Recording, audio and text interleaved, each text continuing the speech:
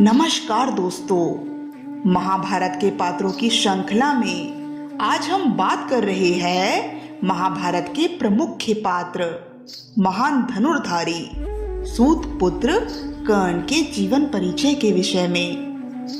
दोस्तों, महान धनुर्धारी सूत पुत्र कर्ण के जीवन परिचय का यह तीसरा भाग है। अगर आपने पहला और दूसरा भाग अभी तक नहीं देखा है तो कृपा कर पहले आप पहला और दूसरा भाग देखिएगा, जिससे आपको सूत पुत्र कर्ण के जीवन परिचय को समझने में ज्यादा आसानी होगी। दोस्तों, पहले भाग में हमने जाना कर्ण के जन्म के विषय में और दूसरे भाग में हमने कर्ण के सूर्य पुत्र होने के बावजूद एक सूत पुत्र कहलाने के सफर की कहानी के विषय में जाना। और आज हम जानेंगे कि कर्ण को किस प्रकार एक सूत पुत्र कहकर हमेशा उनका अपमान किया गया। तो चलिए शुरू करते हैं। जैसे कि हमने पिछली वीडियो में आपको बताया है कि बालक कर्ण और बालक शोण की परवरिश एक समान ही हो रही थी। अधिरथ महोदय अपने दोनों पुत्रों कर्ण और शोण को एक उत्तम सारथी बनाने के लिए परीक्षित किया करते थे। अधिरथ महोदय पितामह भीष्म के सारथी थे, तो इस हिसाब से उनके पुत्रों को भी भविष्य में सारथी ही बनना था। पर कर्ण को सारथी बनना बिल्कुल भी पसंद नहीं था। उनकी विशेष रूप से रुचि धनुष बाण में थी, पर कर्ण को तो धनुष बाण को स्पर्श करने तक का अधिकार नहीं था, क्योंकि वो एक सूत पुत्र थे और यदि उन्होंने धनुष बाण को स्पर्श करने की चेष्टा भी की तो वो कठोर दंड के पात्र हो सकते थे, क्योंकि उस समय आपके कुल, जाति और समाज के हिसाब से ही आपके संतानों का भविष्य तय होता था। पर सूर्य की तेज को भला कौन छुपा सकता है।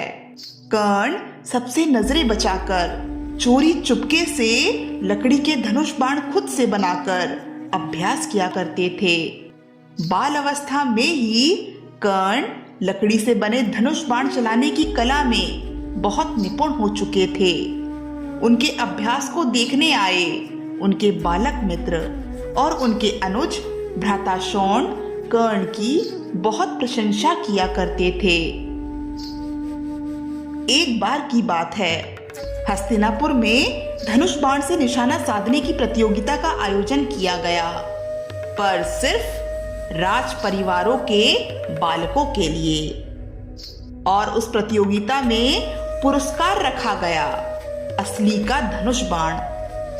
और जब ये बात कर्ण के कानों में पड़ी तो वो खुद को इस प्रतियोगिता में शामिल होने से रोक नहीं पाए और भेष बदलकर वहां प्रतिभागी के रूप में प्रस्तुत हो गए। एक एक करके सभी राज परिवारों के बालकों ने अपना प्रदर्शन दिखाया, पर सभी विफल रहे। और अब बारी आई कर्ण की।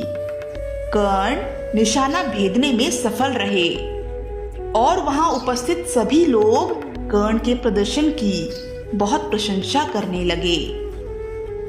और अब बारी थी पुरस्कार वितरण की। जैसे ही कर्ण को पुरस्कृत किया जा रहा था, वहां उपस्थित एक व्यक्ति ने कर्ण को पहचान लिया।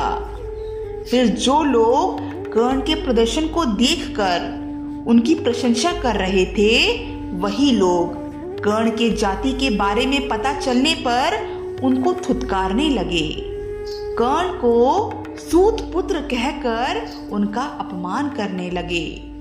कर्ण के प्रदर्शन को देखकर जो लोग अपनी मीठी वाणी से कर्ण को भविष्य का सर्वश्रेष्ठ धनुर्धारी बनने का आशीर्वाद दे रहे थे, वही लोग कर्ण की जाति उजागर होने के पश्चात अपनी कटु वाणी से कर्ण का तिरस्कार करने लगे और कहने लगे, एक सूत पुत्र होकर धनुष बाण को स्पर्श करते हो, तनिक भी लज्जा नहीं आती।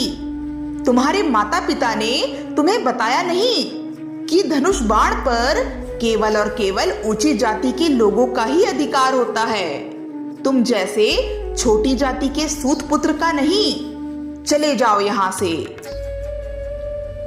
कर्ण को सूत पुत्र कहकर उनका अपमान तो किया ही गया, पर कर्ण के साथ साथ उनके संपूर्ण परिवार को भी दंड देने का आदेश दे दिया गया। पर अधिरथ पितामह भीष्म के सारथी थे, तो उन्होंने पितामह भीष्म से अनुरोध किया कि वो उनके परिवार को दंड मुक्त कर दे। अधिरथ के अनुरोध पर पितामह भीष्म ने कर्ण और उनके परिवार को दंड मुक्त कर दिया, पर एक शर्त के साथ कि कर्ण भविष्य में कभी भी धनुष बाण को स्पर्श तक नहीं करेंगे।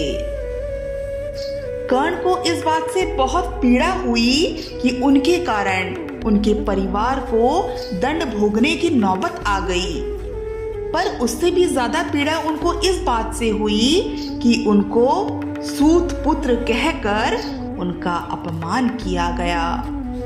कर्ण अपने माता पिता के समक्ष तो साधारण रहते, पर उनको ये सब अंदर ही अंदर खाया जाता था कि लोगों द्वारा उनकी प्रतिभा को नहीं बल्कि उनकी जाति के आधार पर उनको प्रतियोगिता से निष्कासित किया गया।